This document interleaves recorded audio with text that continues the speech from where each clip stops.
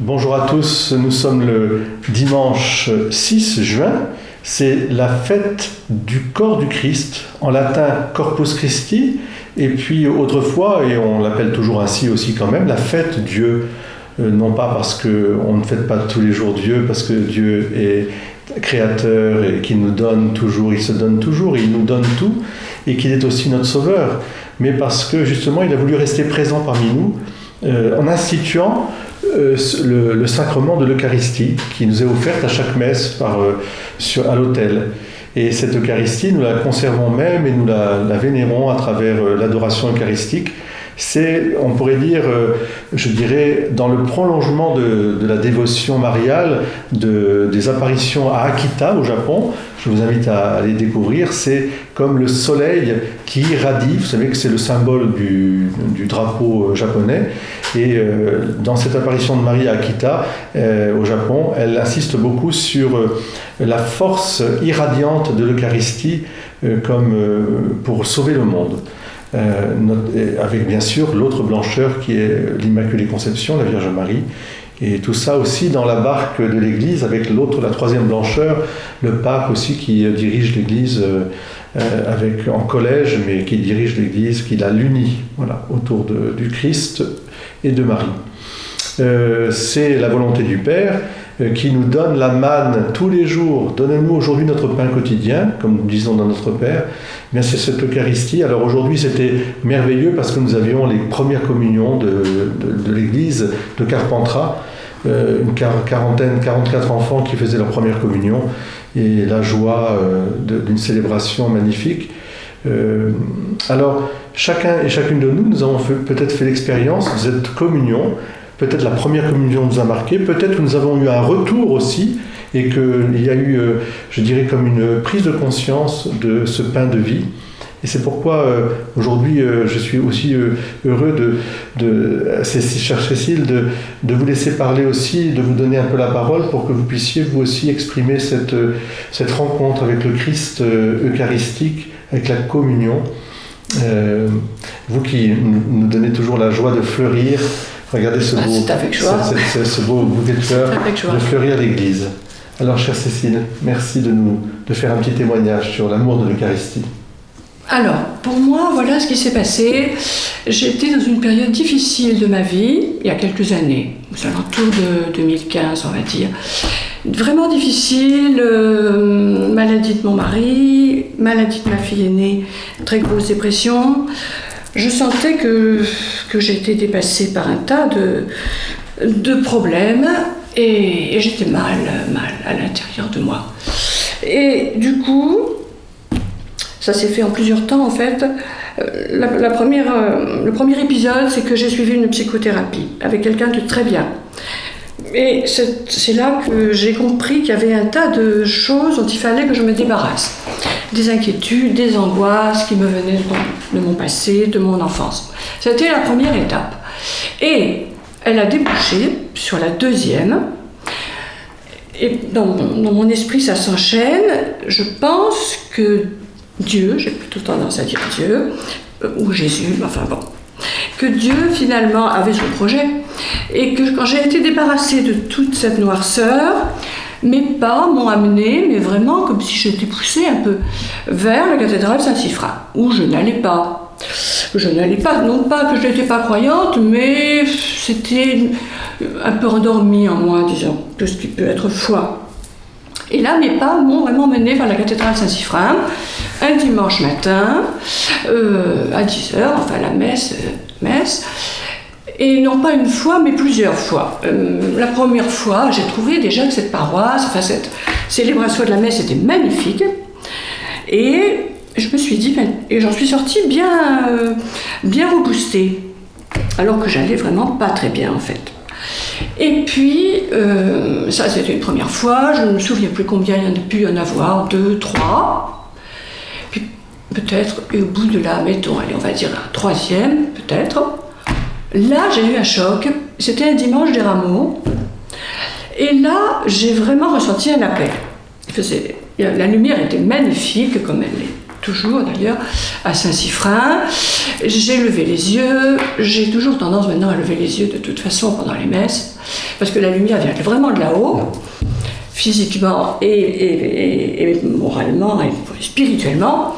La lumière vient de là-haut, j'ai levé les yeux et honnêtement, il y avait un rayon de soleil qui tombait, mais juste sur moi, vraiment. Et bon, c'est comment on peut dire, fugitif, mais en même temps, ça reste. Ça restera toujours. Ça restera toujours. Voilà. Je fais un peu. Après, c'est des recoupements que j'ai fait, c'est peut-être un peu artificiel, mais j'ai beaucoup aimé le livre de Éric Emmanuel Schmitt, La nuit de feu.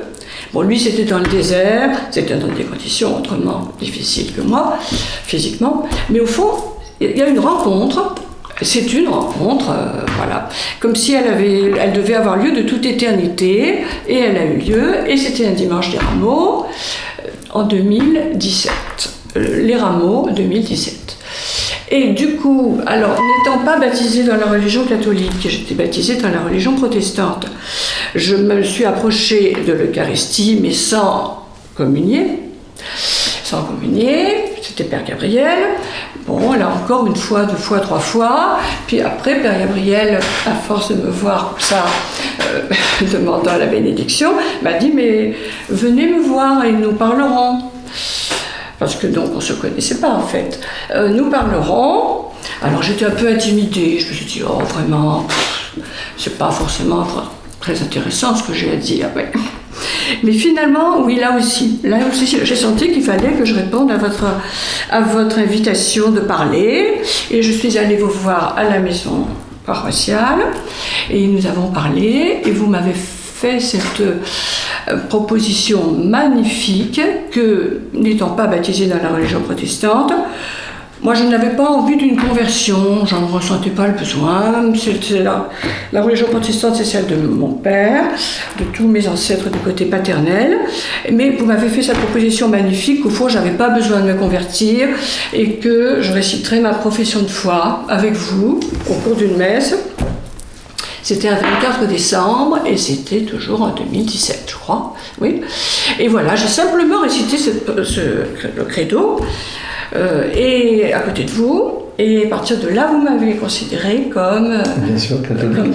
Parce que quand on dit qu'on n'a pas besoin de conversion, c'est tout à fait le mot. C'est pas une conversion, c'est, je dirais, un prolongement de cette foi que vous avez reçue. D'ailleurs, votre baptême est valide. Et ce que l'Église demande, c'est qu'il y ait cette profession de foi, qu'on puisse faire vraiment en vérité. Voilà. De sorte que, faisant cette profession de foi, et bien sûr, vivant votre foi dans l'Église à Saint-Siffrin, oui. Eh bien, vous puissiez venir, bien sûr, je dirais, communier, faire cette communion que vous attendiez tant, en fait. C'est vrai. Et qui était un grand désir. Donc, ce qui est important, justement, c'est de respecter à la fois la conscience des personnes, donc en l'occurrence votre conscience, et sans jeu de mots, puisque c'est votre nom de famille, mais aussi de vous proposer justement de faire un pas vers un épanouissement finalement de cette foi, cette confession, cette profession de foi. Croyez-vous en Dieu, le Père Tout-Puissant, etc. Bon, des 3 professions de foi que nous avons fait. Et puis ensuite, vous avez pu le faire, bien sûr, à l'église, au cours d'une messe. Et puis ensuite, voilà, tout simplement, être vraiment en communion. Parce que, alors, justement, vous aviez un très grand désir de cette communion eucharistique. Tout à fait, oui. Est-ce que vous pouvez nous dire comment vous viviez autrefois cette communion? Parce que ça existe aussi chez les protestants, mais qu'est-ce qui vous attire? Voilà, peut-être que ça existe moins. Oui. Et parce que je pense que vraiment l'Eucharistie est je dirais, la richesse extraordinaire que l'Église catholique apporte au monde. Si la parole de Dieu est bien développée dans l'Église protestante, si le témoignage des martyrs est très présent dans l'Église orientale ou orthodoxe, on peut dire que l'Eucharistie est vraiment le cadeau que l'Église catholique peut donner. Parce qu'il y a vraiment cette présence réelle, non pas simplement spirituelle, mais vraiment réelle. Ceci est mon corps, ceci est mon sang. Alors, Cécile, dites-moi un petit peu. Alors, dans la religion protestante telle que je l'ai pratiquée, mais alors je l'ai pratiquée en fait jusqu'à mon adolescence. Et après, il y a eu comme un grand blanc, pas dans mon cœur, mais du point de vue pratique, parce qu'on a vécu au Maroc, etc. Bon, c'était plus à l'ordre du jour. Et donc, mes souvenirs sont quand même un peu vagues. Moi, dont je me souviens, c'est que dans la petite communauté dont je faisais partie, c'était des baptistes. Et tout était d'une très, très grande simplicité, alors vraiment. Et autant que je me souvienne, il y avait une corbeille qui passait ou un plat avec des petits morceaux de pain. Oui, c'est ça. Et qu'on se passait de l'un à l'autre et on prenait un petit morceau de pain. Je ne me souviens pas du vin par contre, peut-être que oui, peut-être que non. Comme vous étiez petite, peut-être qu'on ne le faisait pas passer. Je ne me souviens pas du tout. Je me souviens pas du tout. Ils pratiquaient le baptême des adultes et le baptême par immersion. Immersion, oui. Voilà, et j'aimais bien y aller. Et la prière était excessivement vivante. C'est-à-dire que n'importe qui, à n'importe quel moment, enfin, un moment quand même prévu pour ça, prenait la parole spontanément et priait. Puis un autre, puis un autre, puis un autre. Et ça sortait du cœur, quoi. C'était pas. Voilà, c'était informel, mais c'était très vivant. Hein. C'est une petite communauté. Très vivant, j'ai de bons souvenirs avec eux. Le catéchisme aussi, j'aimais bien, on a beaucoup travaillé la Bible, on la connaissait bien à l'époque. Enfin, moi, après j'ai un peu oublié, mais on était assez férus. Mais on était une petite communauté de rien du tout, un nombre de personnes. Oh, plutôt une centaine de personnes. Et qu'est-ce qui vous a tiré justement vers bon, il y a eu bien sûr la rencontre avec Marie, oui. La Sainte Vierge Marie à Notre-Dame. Oui, la Vierge Marie. Et peut-être que de cette blancheur, je dirais, de cette présence de Marie, ça vous a guidé à un moment ou à un autre vers une présence réelle. Est-ce que vous avez senti vraiment l'intercession de Marie, la puissance d'une mère qui prie pour ses enfants? Oui, je pense, même si je ne l'ai pas conceptualisé. Mais la présence de Marie a été très importante au moment où mon mari a fait ses complications à l'hôpital et a failli mourir. Là, je me suis spontanément adressée à la Vierge Marie, protestante ou pas, parce que chez les protestants, elle n'est pas très présente. Elle est respectée. Mais là, je me suis précipitée, enfin, Père Gabriel, c'est Notre-Dame de la Garde, etc., mes filles aussi. Et je pense qu'en effet, le fait qu'après j'ai franchi le seuil de Saint-Siffrin, j'étais guidée par la Vierge Marie, je pense. Tout ça, ça a fait tout un enchaînement. Ma psychothérapeute est toujours vivante, une dame épatante. On ne parlait pas de foi avec elle, simplement on a vraiment labouré. On a déblayé le terrain. Et après, il m'est venu cette image, avec la lumière, puisque c'était l'expérience profonde que j'ai faite, c'est la lumière, à travers les vitraux tout là-haut. C'est que la lumière ne peut pas entrer si les vitres, nos vitres à nous, les vitres de notre cœur, on va dire, sont obscurcies par du noir, par des angoisses, par des doutes, ça ne peut pas rentrer. Et c'est pour ça que je fais vraiment un lien, la psychothérapie. On a déblayé le terrain, mais comme il faut, avec des méthodes formidables, pas du tout glauques, hein, bien. Et puis après, c'était vers la lumière, cheminement vers la lumière, et voilà. Et ce dimanche des Rameaux 2017. Et est-ce que vous comprenez tout le soin que l'Église catholique justement prend avec l'Eucharistie, l'ostensoir, évidemment l'adoration, la vénération de l'Eucharistie, le fait de communier, de venir communier, bien sûr, la messe comme étant le rassemblement non seulement du peuple de Dieu, qui vient prier et louer, ça c'est très important, mais qui vient surtout recevoir ce soleil vivant qui irradie nos cœurs, quoi. Cette irradiation, comme disait Mère Teresa, quand tu as rencontré Jésus qui irradie ta vie, enfin tu ne peux pas faire autrement que de l'irradier toi-même à ton tour. C'est ça. Et ça, l'Eucharistie est vraiment le lieu de communion. C'est ça. C'est là où je nourris ma propre communion. C'est ça. Et c'est ça que j'ai trouvé très beau, et c'est ça qui m'a marqué quand j'ai franchi le seuil de Saint-Siffrin, ce dimanche-là, c'est que c'est la beauté. C'est la beauté de la cérémonie, tout. L'encens, les fleurs, je ne sais pas s'il y en avait, mais peut-être, les fleurs, la lumière, les chants, l'orgue, et la cathédrale elle-même, l'architecture de la cathédrale. Et la joie. Voilà. C'était, alors justement, comme je venais de ce milieu protestant, bon, voilà, le temple où avait eu la cérémonie, le culte, c'était une pièce, quoi, toute blanche.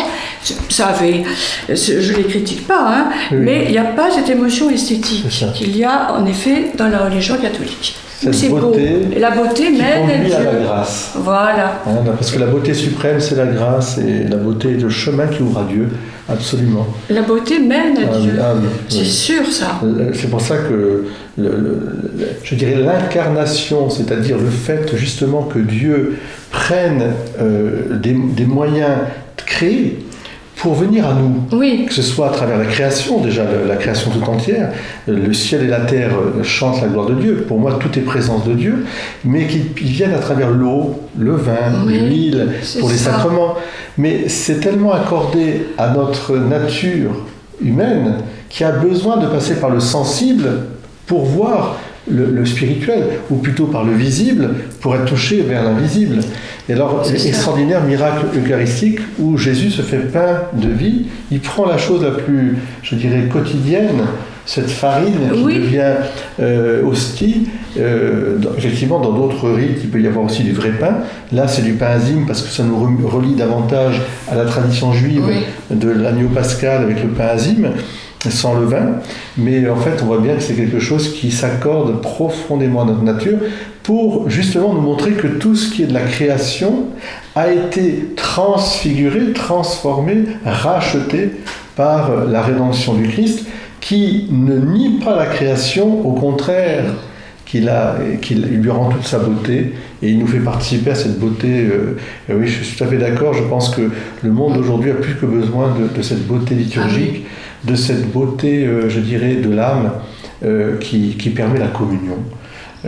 Voilà, parce que au fond, la communion eucharistique, c'est Jésus qui est comme le soleil qui, de ses rayons, nous réchauffe, de ce soleil qui, je dirais, qui est la source de toute chaleur, de toute communion, et aussi qui est aussi une source de lumière. Qui nous illumine, qui nous apaise, parce que la lumière est apaisante. La chaleur vient nous réconforter, vient nous guérir aussi, et il est toujours là, comme le soleil est toujours là. Donc merci Cécile, parce que c'est un témoignage qui est important et qui montre justement que peut-être dans l'Église catholique, on a, je dirais, ne pas avoir peur ou honte, encore moins honte, à dire ce que l'on vit et ce que l'on est, et à centrer vraiment notre vie sur l'Eucharistie, que l'on appelle aussi la messe, le saint sacrifice de la messe, à ramener les gens vers cette présence. Il est là, Jésus est là. Voilà. Et c'est vraiment incroyable, quoi. Jésus, vous ferez ceci en mémoire de moi, et voici que je suis avec vous jusqu'à la fin des temps.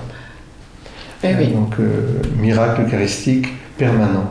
Et merci à vous, Père Gabriel, parce que si vous n'aviez pas été là, vous, enfin, ça aurait peut-être quelqu'un d'autre, les choses ne se seraient peut-être pas passées ainsi, parce que ça faisait partie de la beauté, de tout, et puis parce que vous m'avez fait cette proposition, venez me voir. Moi, de moi-même, je ne serais jamais allée, je n'aurais pas osé. Parce que je sentais que l'obstacle qui était en vous était un obstacle, je dirais, de respect et aussi un petit peu de timidité. Oui, voilà. Et qu'il fallait vraiment, je dirais, aller à la rencontre, accueillir, attirer. J'aime bien l'évangile de la Cananéenne, vous savez, la petite Cananéenne qui vient demander à Jésus un miracle, et il dit non, mais moi je suis venu pour les Juifs. C'est un peu comme j'ai dit non, mais je suis pas venu pour les protestants, je suis venu pour les catholiques. Et en fait, mais les petits chiens, ils ont droit au moins aux miettes. Alors viens, alors c'est pas grave, sont ta parole.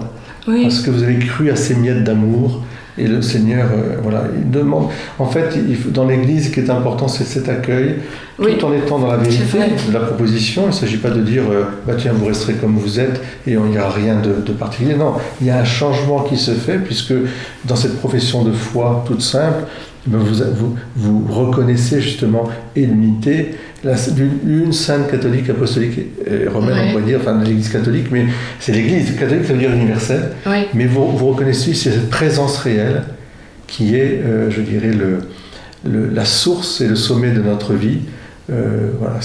C'est ça qui fait qu'on rentre dans la communion plénière. C'est cette profession de foi eucharistique. Tout à fait. Et qui permet ensuite, je pense, de venir à cette lumière, à cette vérité tout entière. La preuve, c'est que vous venez à la messe tous les dimanches. Tous les dimanches, qu'il pleuve, qu'il neige ou qu'il vente. Donc, Et même à pied aujourd'hui, parce que ma voiture est en panne. Mais pas question que je rate. et que vous êtes bien sûr maintenant, je dirais, faites partie de l'église parce que vous y travaillez comme fleuriste. C'est votre charisme à vous qui vous êtes tombé aussi là. Je dirais, oui, c'est une façon de prier. Quand on une vraie mission. Une vraie mission. On est complètement dans le truc. Alors, je voudrais simplement dire à tous, vous voyez, ce sont des rencontres, des miracles, entre guillemets, au quotidien, et personne n'est écarté. Venez, mais venez demander, je dirais, venez demander, faites comme la Cananéenne, les miettes d'amour que Dieu est là, parce que Jésus est là, et il vous les donnera. Mais faites confiance à Jésus, et allez à Jésus de tout votre cœur, et laissez cette beauté vous irradier, parce que la plus grande des beautés, c'est cette grâce de la présence de Dieu parmi nous. Cette grâce, la grâce, c'est Dieu en nous et nous en Dieu. Bon dimanche à tous, belle fête de l'Eucharistie, belle fête du corps du Christ. Et aimons notre Église et je dirais, servons-la du mieux que possible. Et puis priez pour les vocations, pour qu'il y ait des prêtres toujours qui puissent célébrer la Sainte Messe et offrir ainsi au peuple de Dieu la nourriture céleste, le pain des anges devenu pain des hommes. Bon dimanche.